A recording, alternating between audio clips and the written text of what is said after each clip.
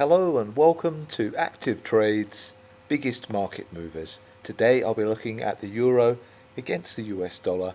I'll be discussing the recent developments affecting the currency pair, and I'll also be identifying the key technical levels that you need to know going forward.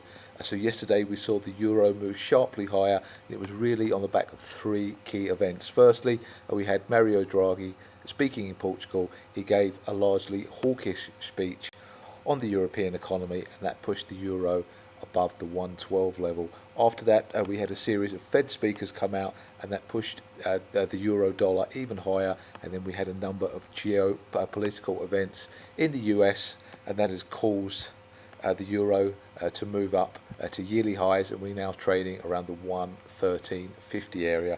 If we have a look at the key technical levels, first of all, I'd like to draw your attention to this trend line here.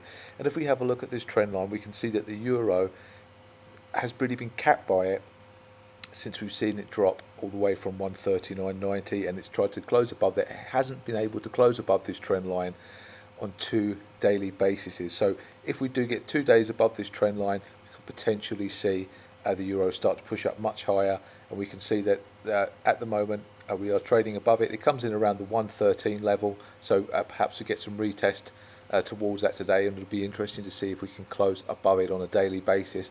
If we do continue to move higher today, past the really 1370, if we start to break those kind of areas, expect the euro to move towards between the 1410 to 1430 region. And if we have a look at some much higher up levels, then we can start to take a look at the 116.10 former high, and then potentially you have some really interesting levels much higher up. But I think we'll have a look at the daily close first and see how the euro gets on. If we do move underneath the 113 level today, keep your eye out for the 112.57 level, and of course the key 112 region. Thank you very much. This has been ActivTrades biggest market movers.